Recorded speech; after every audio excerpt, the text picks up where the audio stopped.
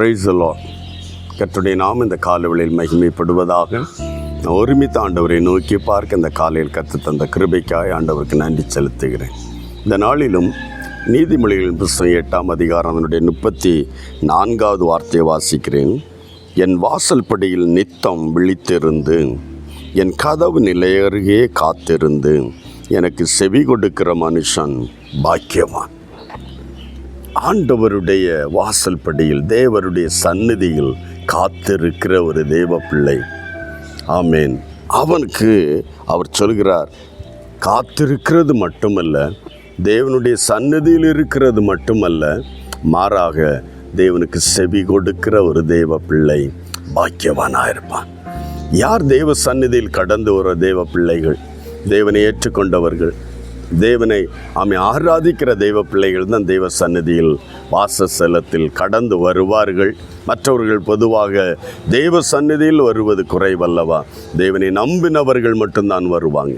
வருகிறவர்களுக்கு ஆண்டவர் என்ன சொல்லுகிறார்?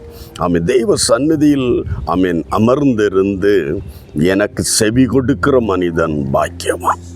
தேவனுக்கு செவி கொடுக்கிறது என்றால் அவர் சொல்லுகிறதுக்கு கீழ்ப்படிவது, அவர் சொல்லுகிற ஆலோசனைக்கு செவி கொடுப்பது, அவர் சொல்லுகிற ஆலோசனைகள் பாரமானவைகள் அல்ல.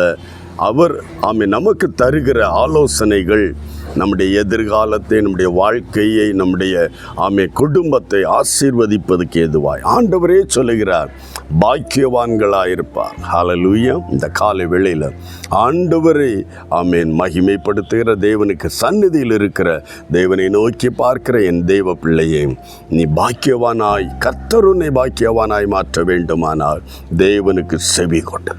தேவன் எந்த வார்த்தையை உனக்கு கற்றுக் கொடுத்தாரோ, எந்த வார்த்தையை உனக்கு அறிய செய்தாரோ, புரிய செய்தாரோ, அந்த வார்த்தைக்கு கீழ்ப்படி செவி கொடு, அற்புதங்களை காண்பார்.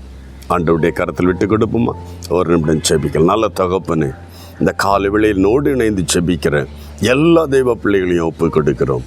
ஆண்டவரே, செவி கொடுக்க ஹல்லேலூயா மனதில்லாத ஜனங்களும் உண்டு, தெய்வ ஆலோசனைக்கு செவி கொடுக்காமல் போகிற தெய்வ பிள்ளைகளும் உண்டு. ஆனாலும் இந்த காலைவேளையை காண்கிற எல்லா தெய்வ பிள்ளைகளையும் ஒப்பு கொடுத்து செபிக்கிற எல்லாரும் நம்முடைய சந்நிதியில் காத்திருக்கிறவர்களுடைய பிரசன்னத்தை உணர்கிற தெய்வ பிள்ளைகள். ஆனாலும் ஆண்டவரே, அவர் பாக்கியவான்களாய் மாறுவதற்கு அவர்களோடு நீர் பேசின, அவர்களுக்கு நீர் அனுப்பின வார்த்தைகளுக்கு செவி கொடுக்கிற, கீழ்ப்படுகிற ஒரு தெய்வ பிள்ளைகளாய் எல்லாரையும் மாற்ற வேண்டுமே.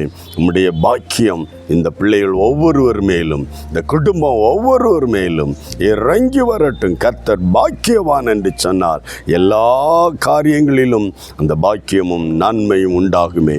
அப்படிப்பட்ட ஒரு ஆசீர்வாதமான குடும்பமாய், பிள்ளைகளாய் ஒவ்வொருவரையும் மாற்ற ஒப்பு கொடுத்து செபிக்கிறோம். கிருபை கூட இருக்கட்டும், இயேசுவின் நாமத்தில் பிதாவே, ஆமென். கர்த்தருக்கு செவி கொடுக்கிற தெய்வ பிள்ளைகளாயிருப்போம். இந்த பூமியிலும் நித்தியத்திலும் பாக்கியவான்களாயிருப்போம். God bless you. Praise the Lord.